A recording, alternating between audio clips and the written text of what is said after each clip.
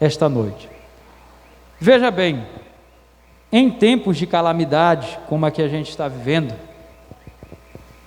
em que a angústia parece se tornar coletiva, em que o sofrimento, ele não faz parte apenas da vida de uma pessoa somente, mas de todos nós, porque todos nós, de alguma forma, temos que conviver com sofrimento neste momento, porque se ele não estiver em nossa casa, mas ele está muito próximo de nós.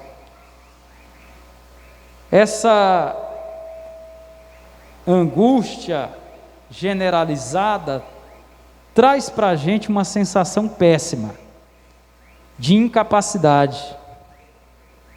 Agora, meus amados irmãos, todas as vezes que há um sofrimento global e que o mundo é assolado por uma maldade, por um mal, como é esse que é essa pandemia, existe no coração da maior parte das pessoas um sentimento apocalíptico.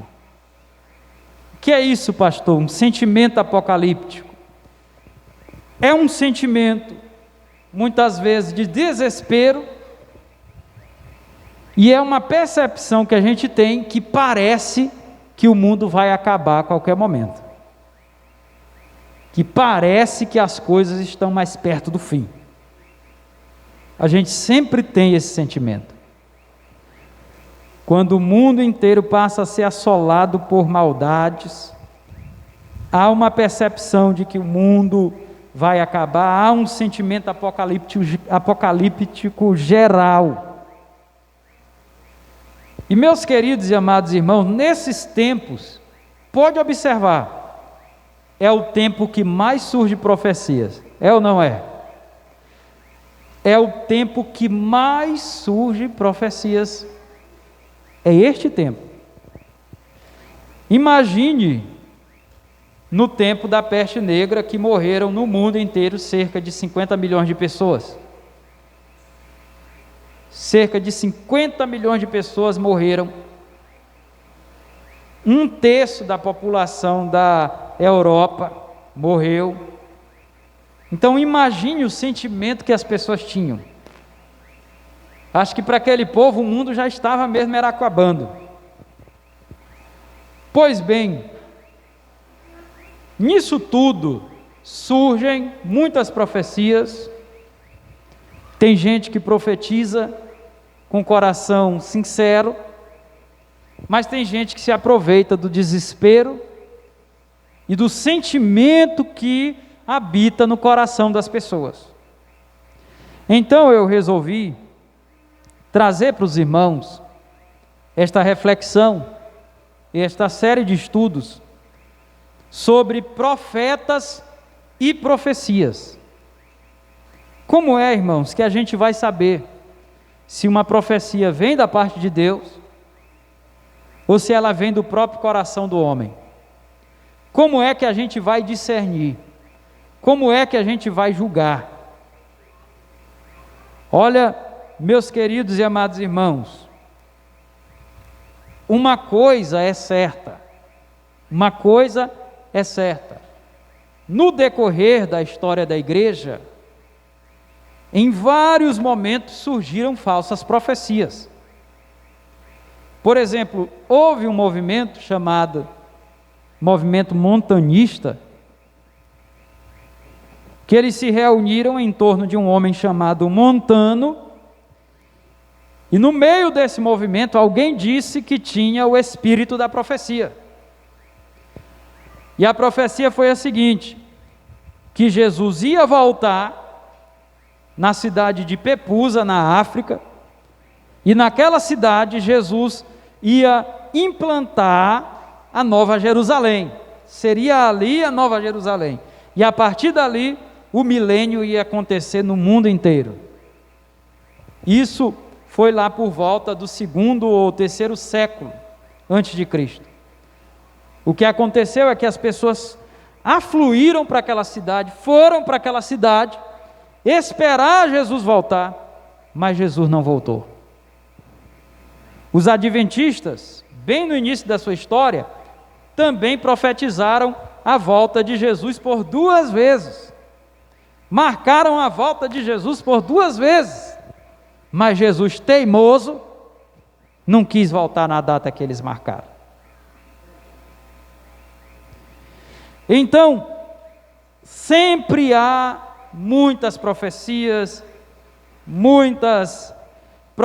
às vezes até absurdas, e nós precisamos ouvir essas profecias de olhos abertos nas Escrituras. Ouvir a profecia de olho aberto na Escritura.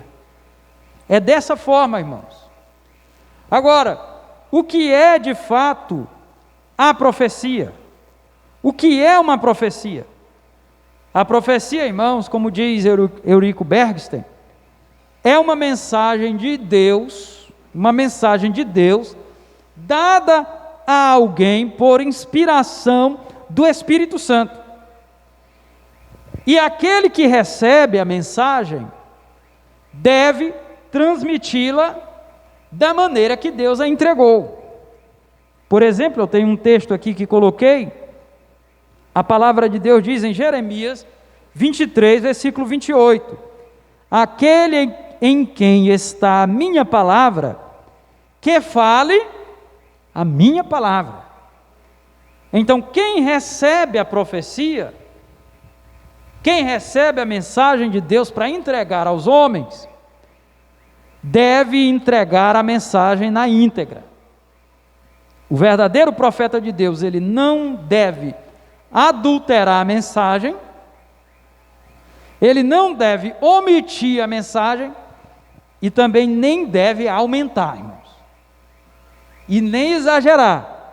Ele entrega o que Deus falou. A atitude de quem profetiza deve ser a seguinte: a palavra que Deus puser na minha boca, eu a falarei. Números 23 e 38. A palavra que Deus a puser na minha boca, eu a falarei. Irmãos, nós vamos falar muitas questões sérias aqui nesse estudo, não só hoje. Mas eu quero dizer uma coisa para os irmãos: eu creio em profecia. Creio em profecia. Por que eu creio em profecia? Primeiro, porque a Bíblia me garante que o dom profético existe e acontece hoje em nossos dias. Se nós lermos 1 Coríntios, no capítulo 13, nós vamos ver que a profecia só vai encerrar quando vier o que é perfeito.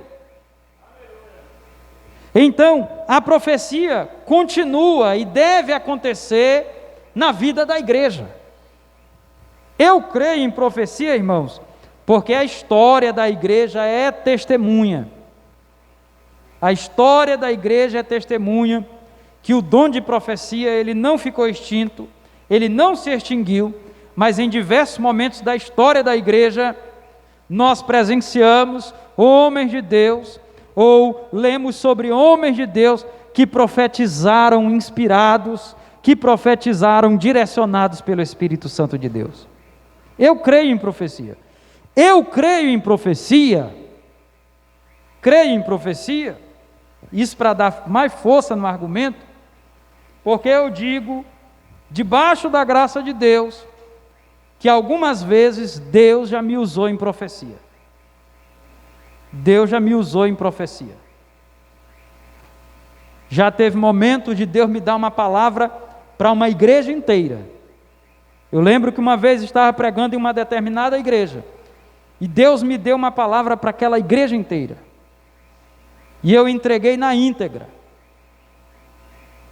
E quando terminou aquele culto, irmãos, que eu perguntei quem queria vir à frente confessar os seus pecados, só ficamos eu e o pastor da igreja no púlpito, e os irmãos da igreja todos se ajoelharam, e os obreiros todos se ajoelharam, e ali as pessoas começaram a chorar, pedindo perdão pelos seus pecados, e foi uma renovação da parte de Deus grandiosa. E aquele irmão que dirigia aquela igreja me testemunhou que depois daquele dia que Deus falou, a história de muitos irmãos tinha mudado. Eu creio em profecia. E Deus foi gracioso comigo, porque me concedeu este dom. Agora, irmão, eu não fico profetizando assim toda hora, não, fácil não. Toda hora eu profetizo, também não vou ser fácil. Também não vou ser fácil assim, para estar toda hora profetizando, olhar para a irmã aqui e profetizar para o irmão ali, profetizar para outro ali. Não, irmão. É quando Deus manda, direciona e entrega a mensagem. Agora veja bem, a gente deve entender algumas questões sobre a profecia. E eu digo para os irmãos uma coisa: o profeta, ele recebe uma mensagem. O profeta recebe uma mensagem, ele vai transmitir. Quando alguém está profetizando, não é a voz de Deus naquele momento ali exatamente falando. Quando alguém está aqui em profecia, não é que Deus esteja ali falando. Não. A pessoa que está profetizando, ela recebeu a mensagem ao seu coração, a mensagem vem ao seu coração, e ela vai transmitir a mensagem. E ela vai levar a mensagem. Por isso, meus amados irmãos, digo uma coisa: quem profetiza não perde a consciência. A Bíblia diz aqui em 1 Coríntios, no capítulo 14, no versículo 32, que o espírito do profeta está sujeito a quem? Ao profeta. Que espírito é esse, irmão? É o Espírito de Deus? Não. Esse é o espírito do profeta. Ou seja, quem profetiza não perde a consciência. Ah, meu irmão, eu profetizei aqui, mas agora eu acordei, eu não estou mais nem lembrando o que foi que eu falei. Eu nem lembrei porque eu não vi foi nada. Eu fui tomado pelo poder de Deus e não lembro mais de nada. Deus não faz isso. Deus não faz isso. Quem profetiza não perde a consciência.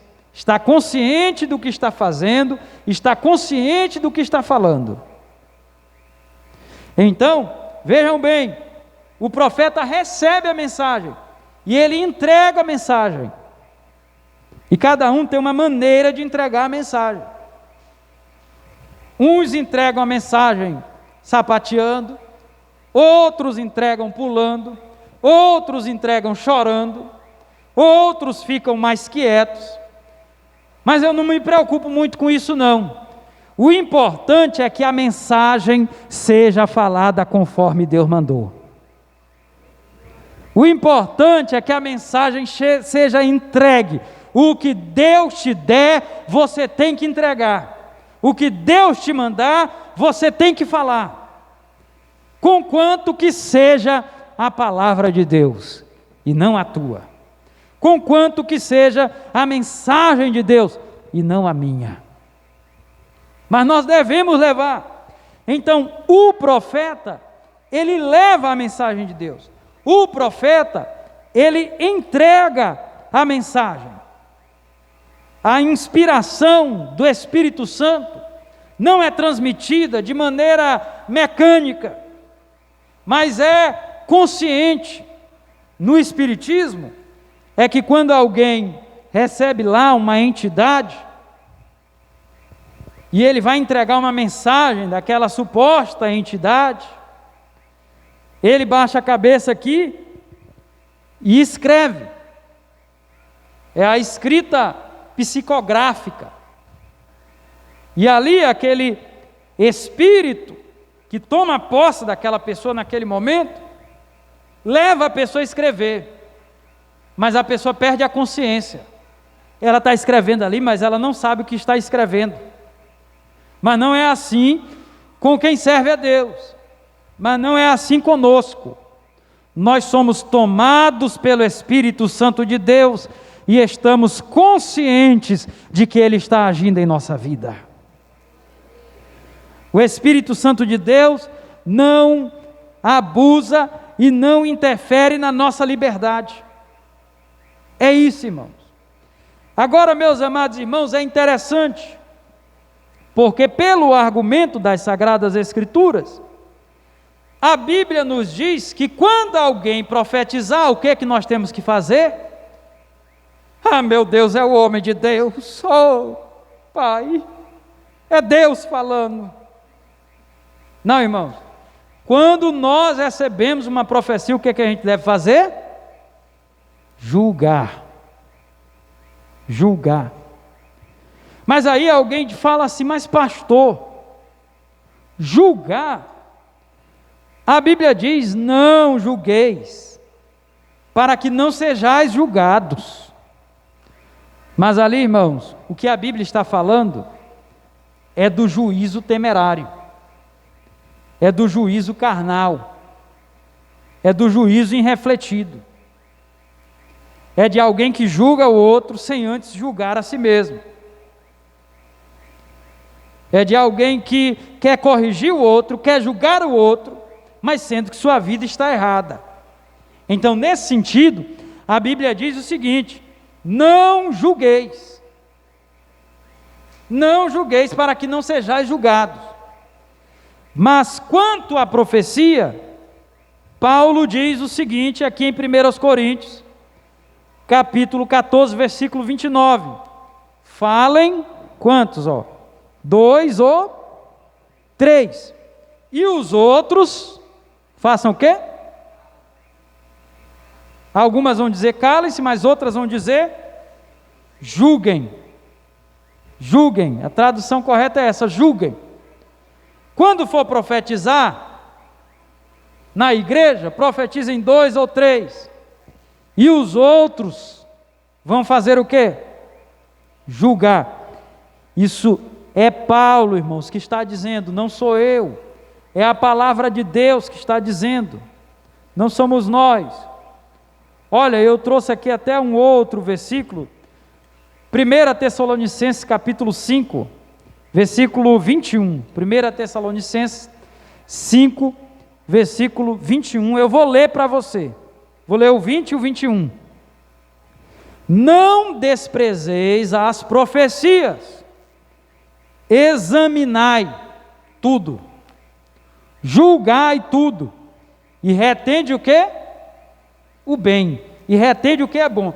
Tem gente que pensa que isso aqui vale para tudo. Examinai tudo, provai tudo, e retende o que é bom. Tem gente que pensa que a música do mundo, a Bíblia fala, reter o que é bom. Isso, não, esse texto aqui está no contexto dos dons espirituais. No versículo 20, Paulo já diz, não desprezeis as profecias, não deixe a profecia de lado. A profecia tem que acontecer na igreja, mas ele dá um conselho: julgai tudo e retende o que é bom. O irmão está profetizando, o irmão está falando, o irmão disse que recebeu uma mensagem de Deus, ele quer pronunciar para a igreja. O que a igreja deve fazer, irmãos? Ouvir aquela mensagem e analisar para ver se é de Deus. Julgar aquela profecia. Agora, meus amados irmãos, eu quero chamar a atenção dos irmãos para uma coisa interessante. É que este julgamento, ele deve ser muito cuidadoso, mas muito cuidadoso. Porque nós podemos cair em dois extremos.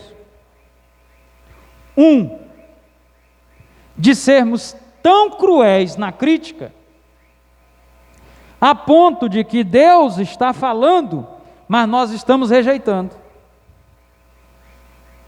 Nós sermos tão implacáveis num julgamento, e julgarmos sem justiça. Deus está usando a pessoa, mas a gente está rejeitando o profeta. A gente está rejeitando Deus falando, a mensagem de Deus falada através daquela pessoa. Então Paulo diz em 1 Tessalonicenses, capítulo 5, versículo 19, não extingais o Espírito. Essa palavra aí, extinguir, significa literalmente apagar o fogo. Algo que está queimando e a pessoa vai lá e apaga. O contexto aqui de 1 aos Tessalonicenses capítulo 5 fala de alguns preceitos que o cristão deve praticar. Aí quando Paulo chega e fala do Espírito Santo, é para dizer que tudo que o crente faz, tudo que o crente vai procurar fazer para agradar a Deus, que deve ser para agradar a Deus, tem que ser dominado pelo Espírito Santo de Deus. Tem que ser conduzido pelo Espírito Santo de Deus. Aí ele diz: não extingais o Espírito, não apagueis o Espírito, não apagueis a ação do Espírito. Olha, meus amados irmãos, olhe bem para cá. Tem gente que quer pegar o Espírito Santo de Deus e colocar numa gaiola. Rubens Alves disse o seguinte: Deus deu asas para o homem, mas a religião deu gaiolas para o homem. Então muitas vezes nós queremos colocar o Espírito Santo na gaiola da teologia, na gaiola da religião, na gaiola da nossa tradição. Hoje a coisa está tão séria que o Espírito Santo de Deus não pode nem agir de maneira diferente, porque a gente já fica com medo pensando que é meninice, que é um exagero ou é algo dos neopentecostais. Aí quando o Espírito Santo age diferente, a gente já freia os irmãos, já freia a igreja. Mas eu quero dizer para essa igreja que o Espírito Santo de Deus é soberano, Ele age como Ele quer, Ele trabalha como Ele quer.